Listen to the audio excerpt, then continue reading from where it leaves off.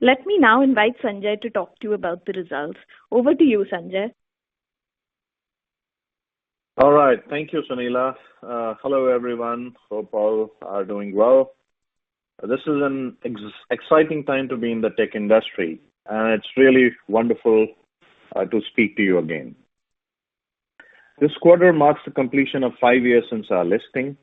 We went public in an IPO that valued us at a PE ratio of about 12 to 13x. The company had just ended FY16 with an annual revenue of 887 million and a net profit of INR 8,365 million. Since then, we have delivered a revenue at a CAGR of 13.5%. Our net profit has more than doubled, and on the PE front, all of you would be tracking it much more than I am. LT has gone through a transformation in these years, creating its own unique brand and identity, built one of the strongest teams, and applied focus on building capabilities and partnerships. Today, we compete and win against the world's best companies. My team and I are filled with deep gratitude for all the support, faith, and trust our stakeholders have reposed in us. We will continue to do our best in the years ahead. Our board has declared a special dividend of INR 10 rupees per share to commemorate the completion of this 5-year journey. During our call last quarter, we talked about the public health crisis and its impact, especially in India. At LTI, we have vaccinated over 14,500 employees and their family members through vaccination drives at our offices. We have and will continue to fight the pandemic with our grit and resilience. Coming to our results, we are pleased with our broad-based performance in Q1 that once again brings to fore the resilience and well-diversified growth engine that we have built over the years. We posted our best ever Q1 with revenues of 470.2 million, growing 5.1 quarter-on-quarter and 20.4% year-on-year basis. The holistic nature of our growth stands out whichever way you slice our performance. All verticals, service lines, client buckets, and geographies have grown well. All our verticals have grown this quarter, but our largest vertical, BFS, grew an astounding 39.4% year-on-year. We had two more verticals, high-tech, media, and entertainment, and the others, which include some of our marquee public sector wins, also grew in excess of 30% year-on-year. We also see ourselves move in the right direction on insurance and energy and utility, which have been a little soft in the past. On the service line front, we had superlative performance from cloud infrastructure services growing at 32% year-on-year, with the rest of service line also growing double digits on a year-on-year basis. We added 23 new logos during the quarter, and we are also excited to note that this strong performance is powered by growth across top 5, 6 to 10, 11 to 20 client buckets as well. This is also reflected in addition of one more client to our 50 million bucket, and 3 each to our 10 million and 5 million buckets. Let me now give you some color on the nature of demand that we see today. During the pandemic, we have seen digital adoption pick up strongly. We see this trend continuing and accelerating. During last quarter, we introduced this era as the great restructuring because we see restructuring around workforce, workplace, future of work, and every industry's need to operate in the new normal and restructure themselves. When I reflect across our customer base, we are seeing a secular demand around their digitization efforts across each of our 400 plus customers. Frankly, I have not seen this kind of opportunity in the last 10 years. The nature of demand and expectations around execution are also changing. We see discretionary spend increasing with demand for projects to be executed in offshore-based agile pods with shorter deal cycles.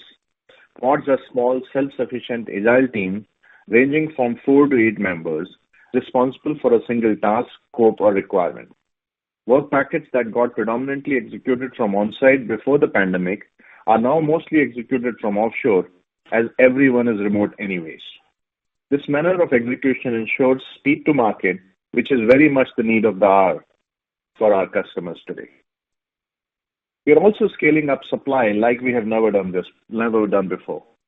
We are looking at hiring 4,500 freshers for the year, which is much higher than what we have done in any year in the past.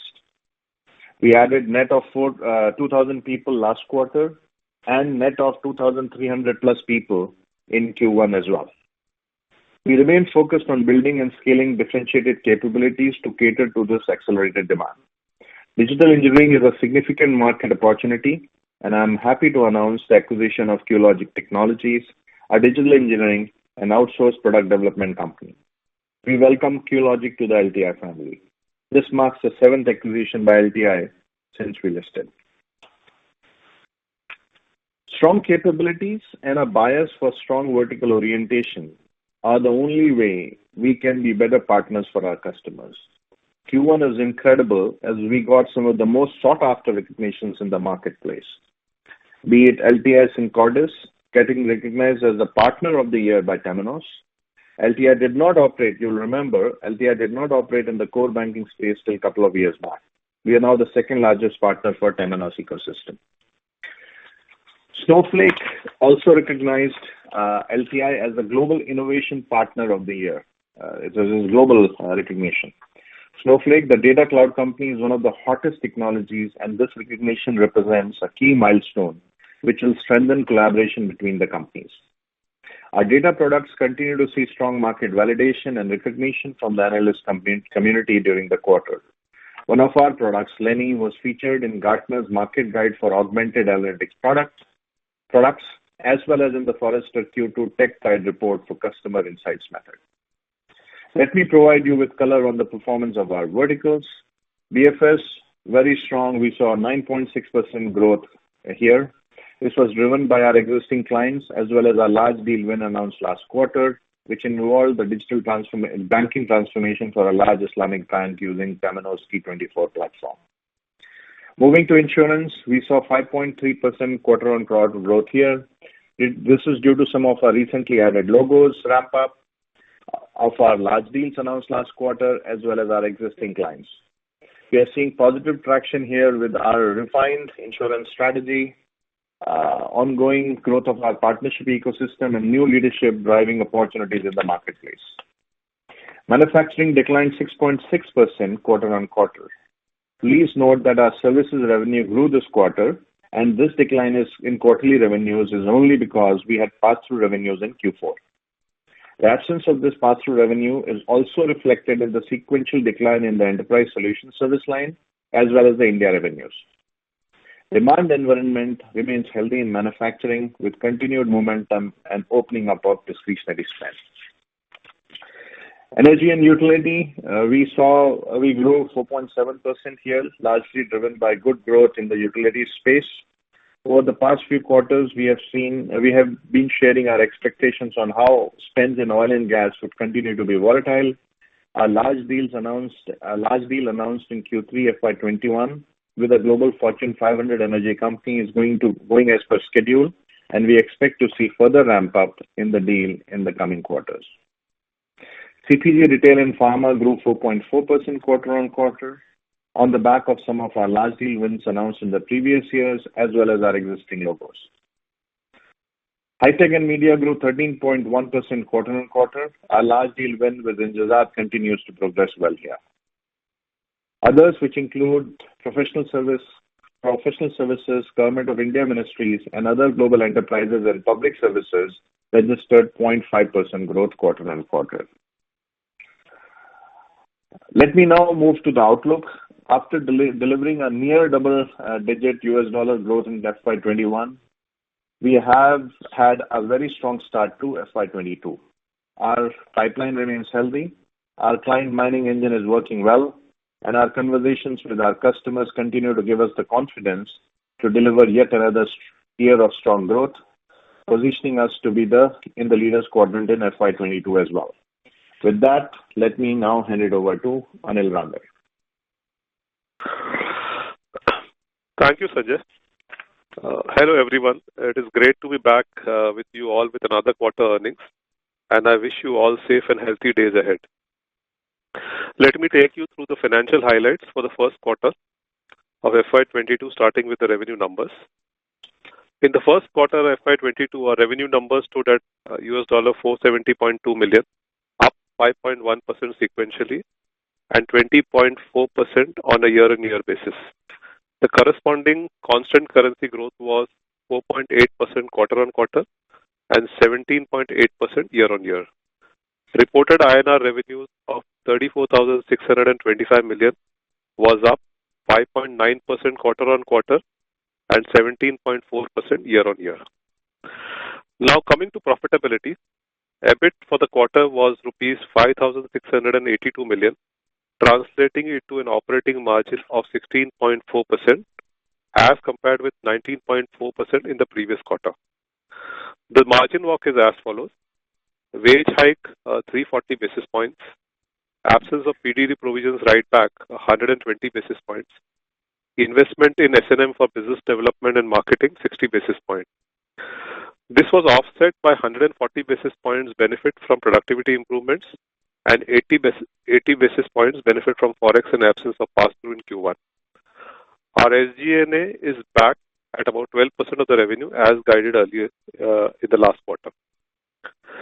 Reported profit after tax was rupees 4,968 million this quarter, which translated into a PAT margin of 14.3%, compared with 16.7% in quarter 4. Other income pertaining to Q4 FY21 included a write-back of certain earnouts payable towards an earlier acquisition amounting to rupees 571 million. As guided earlier, our PAT margins will be in the narrow band of 14 to 15% for FY22. Moving on to employee metrics. On the people front, utilization without trainees was 84.1% as compared to 82.2% last quarter, and utilization including trainees was at 83.7% versus 80.8% in quarter 4. We continue to strengthen our workforce, and during Q1, we added 2,307 people on a net basis. The total manpower stood at 38,298, of which our production associates were 95.1%. In this quarter, attrition is at 15.2% versus 12.3% last quarter on LTI basis. On Forex and hedge book, our cash flow hedge book stood at $1,403 million as of 30th June 2021 versus $1,354 million as of 31st March 2021. While the on-balance sheet hedges stood at $77 million versus $65 million last quarter. A DSO working capital on cash flow. Moving on to the DSO in Q1, the billed DSO improved by 1 day and stood at 60 days as compared to 61 days last quarter. The DSO including unbilled revenue was at 98 days, increasing by 4 days quarter on quarter. For the quarter, the net cash flow from operations was rupees 943 million, which was 19% conversion of the net income. This was impacted by 3 factors. First, payout of our annual incentive. Second, increase in DSO including unbilled revenue. Third, the pass-through license revenue that we book in H2. We had negotiated favorable payment terms. Hence, the cash outflow to the license vendor was booked in Q1. If you look on LTM basis, OCF to PAT conversion remains healthy at 92.1%.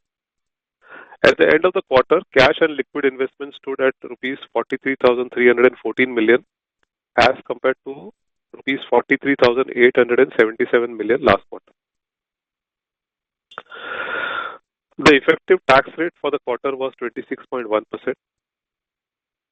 On EPS and dividend, the board of directors at the meeting held yesterday have declared a special dividend of rupees 10 per equity share to commemorate 5th anniversary of LTI's IPO. Earnings per share for the quarter stood at rupees 28.4 and diluted earnings per share was rupees 28.27. Before I end my presentation, I wanted to highlight that we have published our maiden integrated annual report for the year FY21. We have so far been publishing a comprehensive sustainability report on our key non-financial pillars such as our people and our impact on the planet since our listing. We have embraced an elevated level of reporting and disclosure with publication of an integrated report to meet the evolving expectation of our stakeholders. Other than our financials, the report will provide in-depth insights on our environmental, social, and governance performance. For example, we are committed to becoming carbon neutral for our India operations by 2030. Embarking on the integrated reporting journey, we hope to amplify the value we create for our stakeholders. With that, I would like to open the floor for questions. Thank you very much. We will now begin the question and answer session.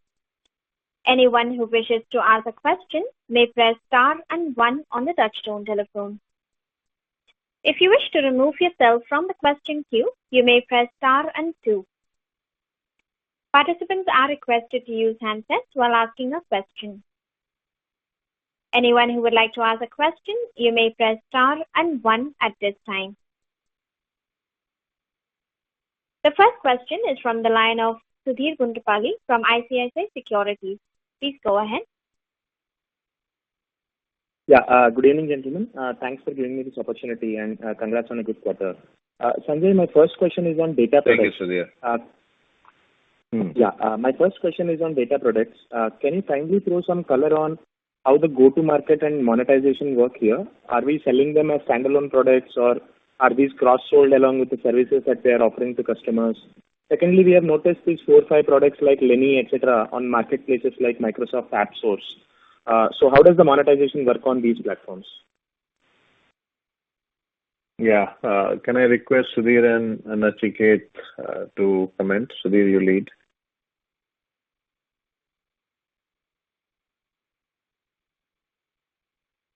Sudhir, you're on mute.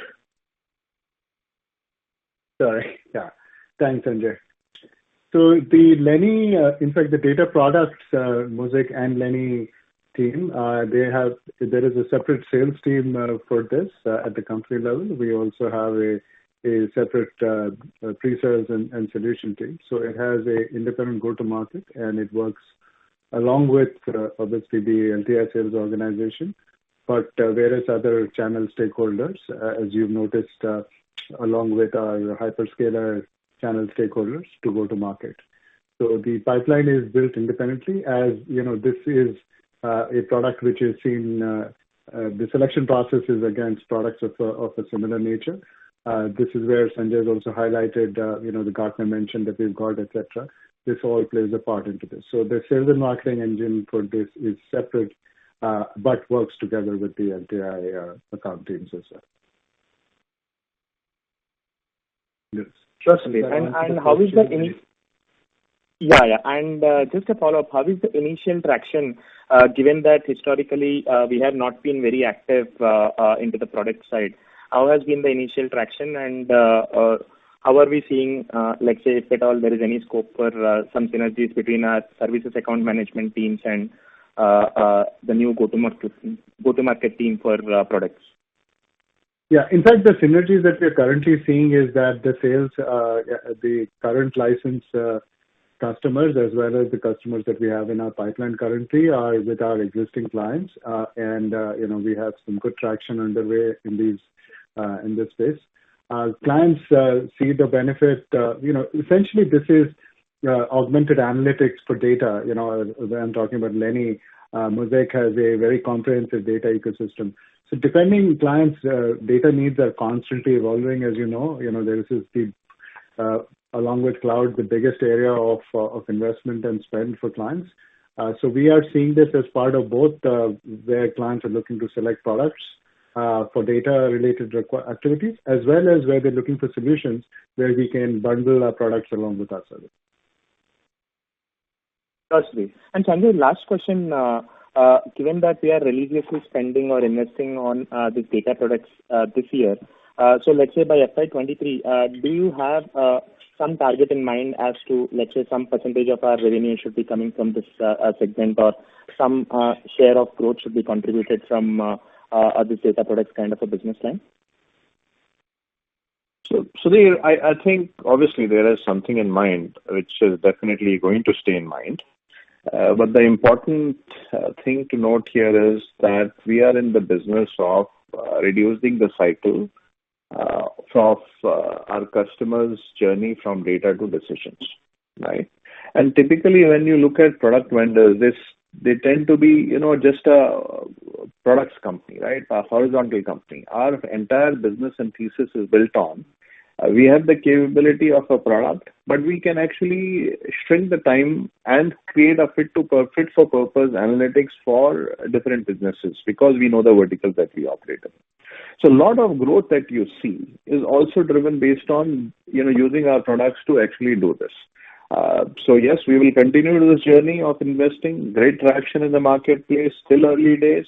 But we are seeing some incredible conversations that we were not having in our previous lives that we see with data products right now. Yes, Sanjay. And Anil, one last question, if I may. You mentioned that wage hikes had an impact of 340 basis points. So between direct costs and SG&A expenses line item, how is this 340 basis points wage hike accounted for? I think this will be roughly in the range of 320 basis points and 20 basis points. 320 in direct costs and 20 in SG&A. Right. Sure, thanks. That's it from my side. All the best. Thank you, Sudhir. Thank you. The next question is from the line of Sandeep Agarwal from Edelweiss. Please go ahead. Hi, good evening, Sanjay and team, and wish you good health and congratulations on excellent strategy. I have a very simple question, and can you hear me? Hello? Yes. These simple questions are the most dangerous ones, but go ahead. But, please don't dodge the question by saying that I will keep it in mind, but please try to answer. So, 2 years back, Sanjay, you took very bold decisions and sacrificed near-term gains to get your business future ready, and it reflects in your outstanding performance of business in last 2 years. Now, when I study your business in detail, I see in last 2 quarters, again, you have taken very bold calls. One, you have pulled all the best resources from different business units to build your cloud unit, and you have brought in good resources as well. And this quarter, I'm surprised and very happy to see that, you have not got carried away by managing growth, margin, and everything like most of the other companies have done. You have in fact taken another bold decision of allowing your margins to slide down to retain your key talent. The question which I want to understand is, how are you able to convince, first of all, yourself, then your board, your management, to take such bold decisions? And if you are able to take these decisions, how much of this decision is data-driven, hunch-driven, or client interaction-driven, or it is a combination of all? And will it be fair to assume that these bold decisions which you are taking and which are showing little bit of pain on your financials right now are getting you future ready for next 2 to 3 years, again the way you did in last 2 years? Is it a fair reading? Thanks. That's all from my side. Best of luck for next quarter. Wow, this is, I should ask how much time do you have, kind of a question. But let me try to, answer it as simple as I can. We always have to be honest to who we are. We have to be honest to our customers and, keep talking to them, keep ideating with them, keep discussing with them on how their spend patterns are. Where are they spending? What is their need? What is hurting them? And that's what leads to the strategies that we deploy. I have always maintained, you would have heard me many times, revenue is actually a lagging indicator. The leading indicators are how you invest in the conversations and the right conversations with the customers and how do you build capabilities. The salary hikes, if I reflect back, it seems a little bizarre at times that you give 2 salary hikes in 2 subsequent quarters. But it is also a reflection of what we saw in the marketplace. We saw the marketplace heating up. We saw attrition climbing up for everyone. And we, having gone through COVID and performing well, it felt like the right thing to do. That's why we do this. L&T, as a predominant shareholder, has been very supportive in everything. Otherwise it would have been very difficult. So in summary, if I were to reflect back, these are never easy decisions, but we do this as a unit together. The entire leadership gets on a call and we don't agree. We fight like crazy, but we have a simple purpose. When you put client in the middle, when you put employees in the middle, you'll never go wrong. And I think that's what is working. I hope in times to come, this will work as well. This is the purpose and an existential question for an organization to exist. And that's what we hope, that we are doing right moves and it's probably reflecting on that. Sandeep, I hope I have answered this question. No, I answered 75% of my question, but I will leave it at that. Thanks a lot. Okay. Never happy. Thank you. The next question is from the line of Abhishek Bhandari from Macquarie. Please go ahead.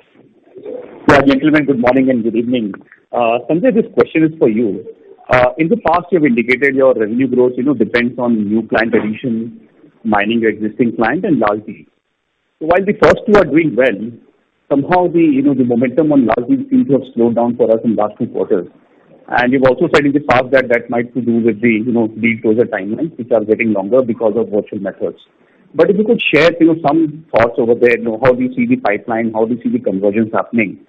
Because that is one of the key parameters on which your premise of doing better than industry growth rate or the quadrant one depends on. Why don't I request Sudhir to give you the details. Sudhir, please unmute. Yeah, thanks, Sanjay. So overall, we have a strong pipeline, including a strong large deal pipeline. We are seeing demand across all verticals, all geos, and this mix is actually reflected in our large deal pipeline as well. So we're very confident about the large deals that we are currently working on. We're very comfortable as to where we are on those deals at this point in time from a large deal perspective. I think another element that I also want to draw on your attention to is that, as we see this strong all-round growth, this growth is coming across all deals of all types and all sizes. And what we are seeing is also a model change in the industry to a pod-based, pod teams-based delivery model. And this is where, I think the best way to understand this is to see how this is reflected in our all-round growth as well as in our people addition. So we've hired 2,300 people net this quarter. We're adding, as Sanjay already mentioned, 4,500 freshers in the coming quarter. So when we look at all verticals, all geos, in fact all categories of clients in the pyramid, whether it's 1 to 10, 10 to 20, 20 to 50, 50 to 100, 100 and beyond, all have actually grown. So we are seeing all-round growth. We've got a very strong order book. We've got strong open positions, strong large deal pipeline. So I think we're very confident as to where we are at this stage regarding the business. Sure. Thank you. Just to summarize, all 4 drivers of growth continue to be important. We are confident on large deals. Just to clarify, 4,500 is for the year, not for the next quarter, freshers for the year. Okay? Which is 1.5 times what we did last year, by the way. Got it. Thanks. Sanjay, my second question is, I think in the Analyst Day, sometime in December, you mentioned your ambition to touch, $1 billion revenue from the cloud and data products in next 3 to 4 years' time. Can you share some markers over there? How are you progressing on that number? And how your competitive positioning in that particular segment, given that it's a growth driver for the entire industry, and most of the deals seem to be predicated on cloud for everyone. I think cloud is all pervasive, and as I keep saying, don't look at cloud as moving from on-premise to something on the cloud. It's business transformation on steroids, as we call it. And frankly, what you got, and it's everywhere. It's all pervasive. As Sudhir keeps telling us and reminding us, if we were to do a organization restructure today, you predominantly will have actually 3 units only. You will have a data unit, you will have cloud infrastructure support unit, and you probably will have digital engineering. There's nothing else that you would have. And that is the change that is actually happening in the marketplace, and that's why we have structure, that's why we are investing like this. And it's getting as difficult to call out the cloud revenue as it used to be in digital as well, because it becomes all pervasive. But it's moving very, very fast, and every discussion, no discussion either starts or finishes without discussions on how do we use cloud to help the customer drive the business transformation that they are doing. Sure. Thanks, Sanjay, and thanks to everyone, and all the best. Thank you. Thank you. The next question is from the line of Sandeep Shah from Equirus Securities. Please go ahead. Yeah, thanks for the opportunity and congrats on solid growth in terms of the revenue despite the pass-through sales declining as a whole. Sanjay, the question is, in terms of last 3 quarters, the revenue growth momentum has been really great.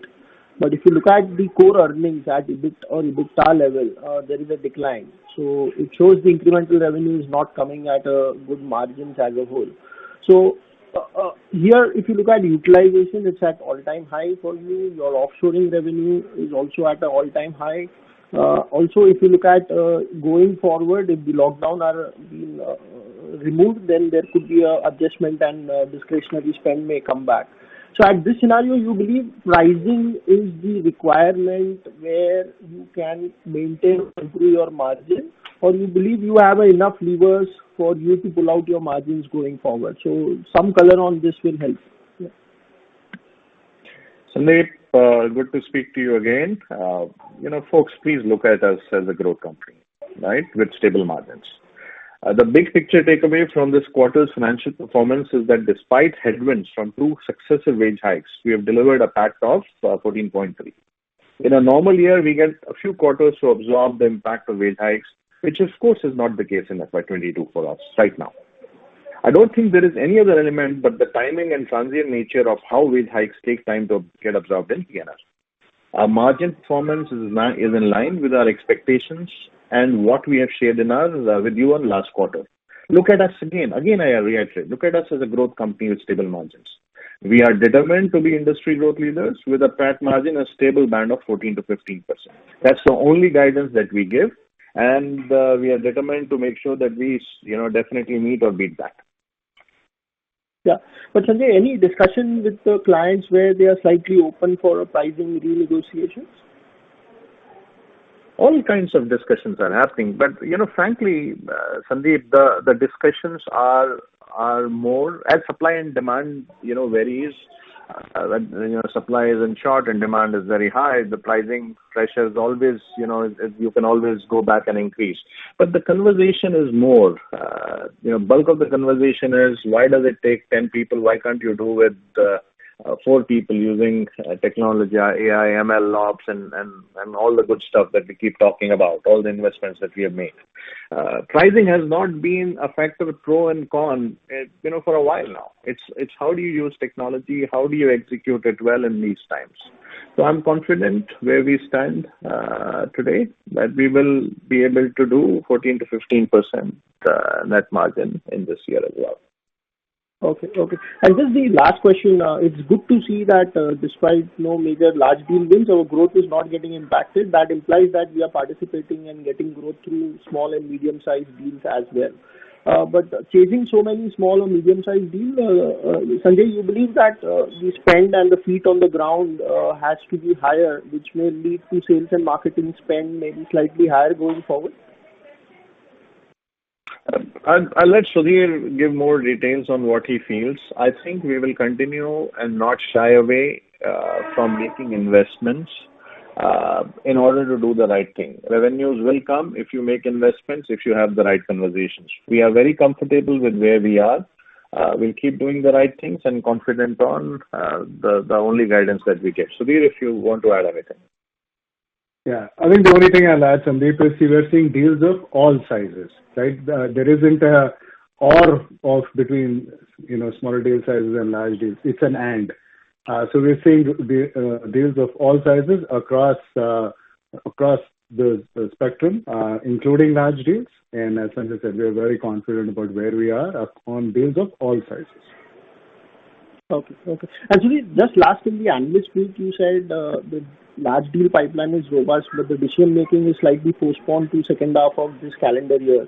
So we have entered the second half of this calendar year. So you believe the decisions are now started happening, or you still believe clients are taking longer time to make decisions on the larger deals? So there are two parts to this. So there is traction in the market where clients are looking to, specifically from a transformation perspective, right? So when we are seeing, from a transformation deals perspective, there is a lot of our clients are going through a fundamental business model transformation, right? Which is where the whole digital transformation and the cloud, which is all on the cloud, so the journey to cloud transformation. We are also beginning to now see, decent traction from a ERP perspective also beginning to pick up. So these are the drivers of spend.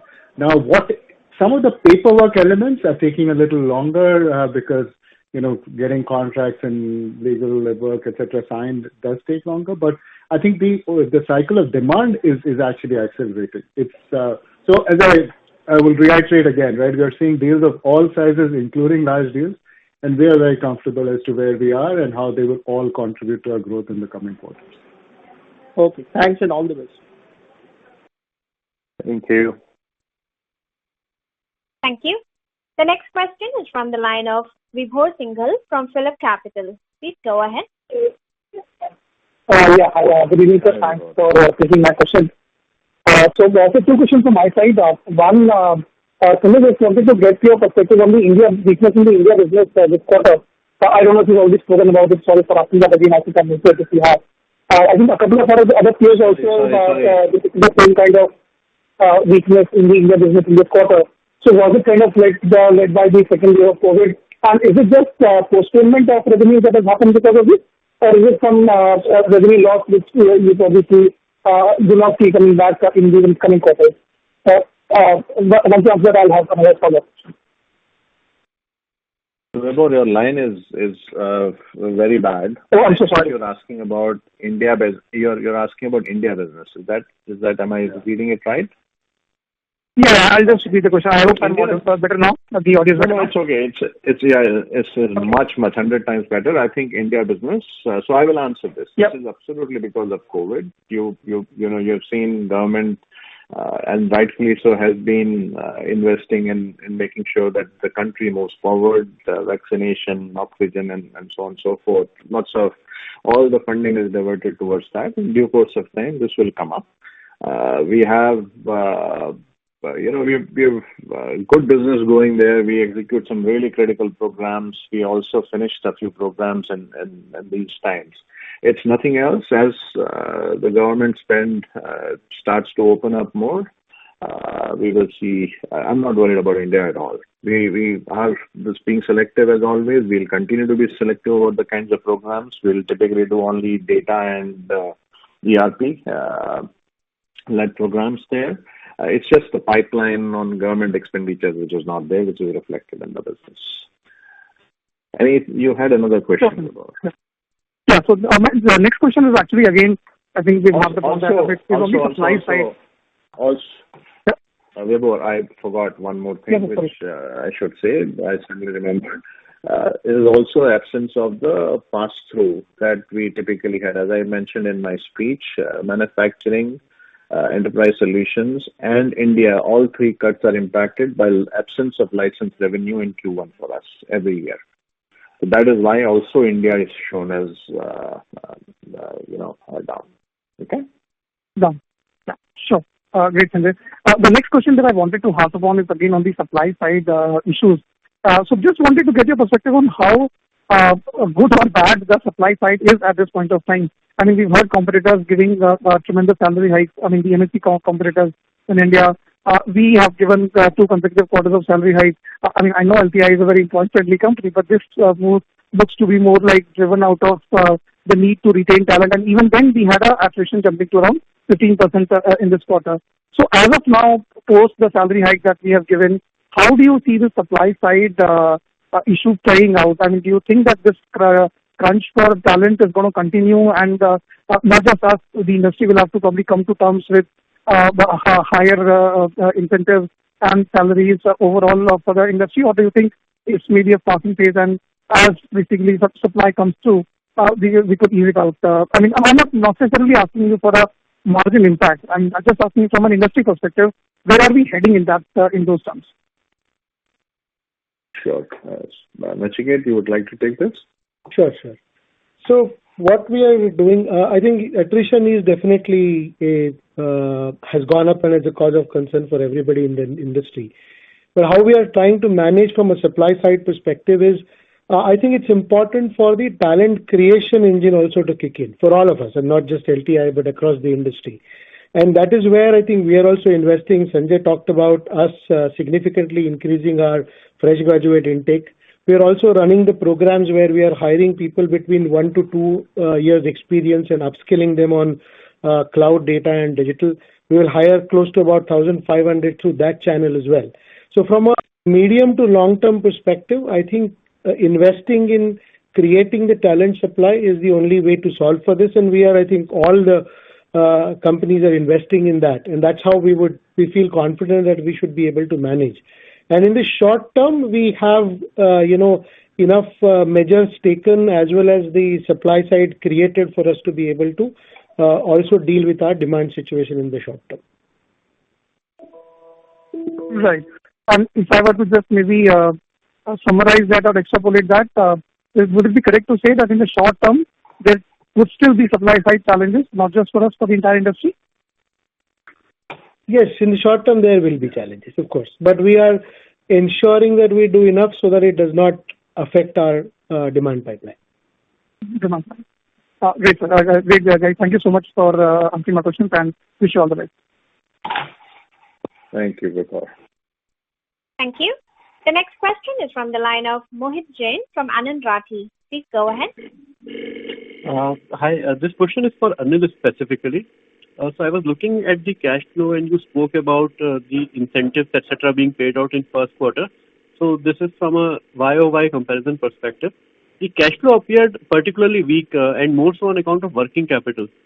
So was there some change in payment terms or any other place where this would have resulted into lower cash flow for the quarter, or do you think it is pretty normal from a YOY perspective? Thanks, Mohit. So I think the lower cash flow doesn't worry us, and this is basically pertaining to this particular quarter only, and this is not there from a trajectory perspective. So I think 3 events have happened in this quarter. There has been an annual incentive payout which has happened in this quarter. Then there are pass-through revenues which actually we book in H2, which were booked in last year H2, and we negotiated favorable terms where we have to make the payment to the vendor in the Q1 this year. So that has taken an outflow. And there is an element of DSO increase by 4 days. And obviously, going forward, this will improve. And this has been higher on account of COVID challenges, as we were not able to open one of our branch offices. And as Sudhir mentioned, the demand is quite robust. And there is a paperwork, which we are on the course of completion, which has actually resulted in that increase in days. So, these are the 3 factors which are more pertinent from a this quarter perspective. Okay, and second one was for Sudhir. Did I hear it right that you are saying deal sizes in general have become smaller over the last few quarters? Or are you saying that the large deal thing will continue to be the way it was till FY20 mostly? Because we saw some lack of activity in 21. Yeah, I think what I said was we are seeing deals of all sizes. But what I think will reiterate is, and folks, again, on the large deal front, we have a strong pipeline, stronger than it was a couple of quarters ago. So very confident about that. But the nature of the demand is also changing. These pod-based models are of deployment of people for transformation programs. Digital programs essentially are run in these 3-month, 3-month sprint cycles, right? So each of these sprint cycles has pod teams of 8 to 10 members, multiple pods. So essentially that is the nature of the demand. And we are very keen that, this demand is something that we capture significantly. That's why I said deals of all sizes, across all verticals and across all regions, including large deals. So it's and it's not or. Okay, and anything that you can share on that? I want to just maybe summarize and maybe reiterate something. we are confident on all the four levers that we talk of for our growth, right? So there is, we see more and more everywhere. But please understand, when we speak about an era of great restructuring, there is fundamental change and restructuring that we are seeing across with every vertical where, and this is why in my speech I reiterated that across 400 plus customers, we see, a secular demand across in their digitization efforts for them to deal with you and I working from home and not how we worked all our lives. That's leading to a lot of demand of different kinds that also needs to be captured, which comes in all shapes and sizes, some small, some large, some medium, and so on and so forth. So we are confident of that, and at this point, I think Nachiket has done a fantastic job, and his people supply team has done a fantastic job of hiring the talent that we've been able to hire. If he could find some good quality trespassers, he would hire them even more, and we can put that in the number. We are not worried about the demand right now, right? Very, very strong demand all across, including large deals. Understood, Sanjay. That was clear. Anything that you can share on total TCV growth or something that we can look at from a 1Q versus 1Q perspective? In December 2021. All right. Okay, thank you. All right. Good luck to you. Thank you. The next question is from the line of Mayur Patel from IIFL AMC. Please go ahead. Hi, Sanjay and the team. Congratulations for a very good set of numbers. So, first of all, compliments for taking a bold step in these times when everyone is facing a very strong demand outlook. So, it's a real entrepreneur kind of approach faced by a high growth company. So, I highly appreciate that. Just one simple question. Thank you. You have defined the current demand outlook as an era of reconstruction, right? Restructuring. Restructuring. So, Sanjay, how long do you think, is it a short-term trend of 6 months, a very strong demand momentum, or a year, or is it going to be a couple of years kind of secular, era of this restructuring? Any comments more directionally? Mayur, I'm not the one to crystal gaze. There are more people who do that. But given what we've been saying for the last many years and where we stand today, the conversations we are having, I don't think this is going to subside at least for 4 to 5 years, right? It's a bold statement to make because spend patterns are very different than what were there for the last 30 years. But the demand is so high and the change that is required in the marketplace is so big that we expect it to be there for a while. Thanks, Sanjay. That's it from my side. All the best to the team. Thank you, Mayur. Thank you. The next question is from the line of Manik Taneja from JM Financial. Please go ahead. Hi, thank you for the opportunity. Sanjay, basically just wanted to get your thoughts around the fact that over the last 3 years, we have seen significant changes around our revenue productivity metrics. And from an offshore standpoint, FY21 marked the first year that we saw an increase there. If you could help us understand what's driven that and how should we be thinking about this from a go-forward standpoint? Thank you. I lost the question in the middle. Anil, Sudhir, did you understand the question? Maybe if you have. Yeah, Sanjay, so I lost. Revenue productivity. The question is related to our revenue productivity, which has gone up in FY21. Yeah. In fact, it's consistently gone up over the last 3 years. Yeah. So I'll repeat that question for. Yeah, go ahead, Manik. Yeah. So what I was saying was that what we've seen is that our onshore revenue productivity, that metric has seen a sharp increase over the last 3 years, while our offshore revenue productivity increased by about 3.7% in FY21. Just wanted to understand what's driving some of those changes there and how should we be thinking about these metrics from a go-forward standpoint. I hope I was clear this time around. Yes. Yes. Sudhir, Nachiket, you guys want to take a punt? Yeah. So the first thing is, if you see the mix of the business, right? The mix of the business has changed significantly. You've seen that, over the last 3 years, data has been our fastest growing business. And now as we see some of the more cloud and transformation work coming up, I think, on-site revenue productivity has gone up because the nature of that consulting, work that is done or program management work that's done on-site is different. But we are, our offshore percentages are high, right? Higher than our peer group. And I think, and I'll hand over to Nachiket here, because our offshore productivity has really been driven by a lot of tool-based, automation. Nachiket, you want to add to that on the offshore? Yes. So as Sudhir said, I think offshore revenue productivity is largely a function of automation and the other productivity levers that we are applying. And of course, along with the mix of the business that we are seeing as well. So we continue to focus on that continuous improvement cycle from our overall delivery productivity on an ongoing basis. Sure. Thank you and all the best for the future. Thank you. Thank you. We'll take one last question from the line of Dipesh Mehta from Emkay Global. Please go ahead. Yeah, thanks for the opportunity. Couple of questions. First about the... sorry to interrupt you, Mr. Mehta. We cannot hear you very clearly, sir. Is it better now? I would request you to speak a bit louder. It should work. You may go ahead, please. Yeah. So first question is about QLogic acquisition. Can you just help us understand overall rationale behind the acquisition and how big is our digital engineering practice currently and how you expect it to play out over, let's say, medium term? Second question is about the margin headwind. If you can help us understand what are the headwind and tailwind over next 3 quarters, what you foresee from margin perspective? Thank you.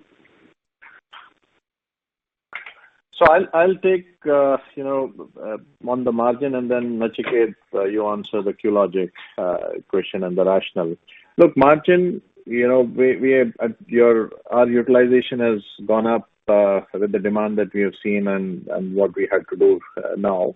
As we articulated, we are going to pump in a significant number of talent in the subsequent quarters as well. So utilization, we will see where it ends up, but obviously we want to bring it down a little bit by bringing by bringing more talent because we see growth opportunities significantly in front of us. But for the years, again, I reiterate, growth company with a stable margin on 14 to 15% net margin. That is what we target, and we invest back into business as quickly as we possibly could. Nachiket, if you could answer the QLogic rationale. Sure. So as Sudhir mentioned on the nature of the demand shifting, so one of the things that we also see with most of our clients, as they look at their transformation agenda, as they look at their digitization efforts, one of the other things that they're going through a change is that instead of looking at traditional application development type of approach, they're also transforming themselves to become more productized IT approach, right? Where they're looking at key platforms and develop them as products and focus on that methodology to continue to bring agility and speed to the features they bring into the market for their consumers. So as that change happens, one of the things is that your conventional IT is also transforming to more productized IT for us as well as service provider. So what CoreLogic brings to the table for us is that experience of delivering outsourced product development largely in the digital space. And we had also been going through that transformation ourselves. But what happens with QLogic is that we get access to 350 people who have very well versed in delivering in that model and have delivered in that sort of team configuration for a while, which allows us to use that as a base and scale that disproportionately. To how that will play out is it will become integral part of the digital engineering transformation at LTI. And we will use this core team and their best practices along with the scale we have built to scale even further as most of our clients move to this productized IT way of delivery.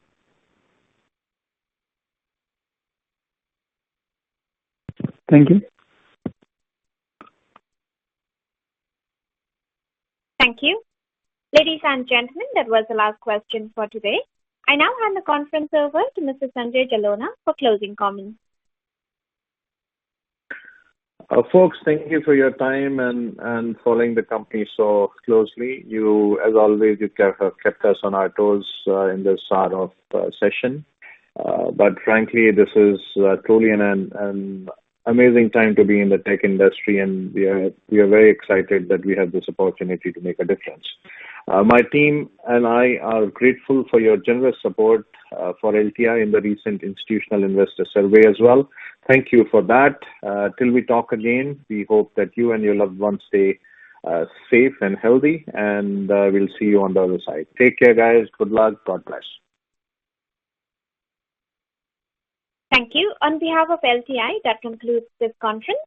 Thank you for joining us, and you may now disconnect your line.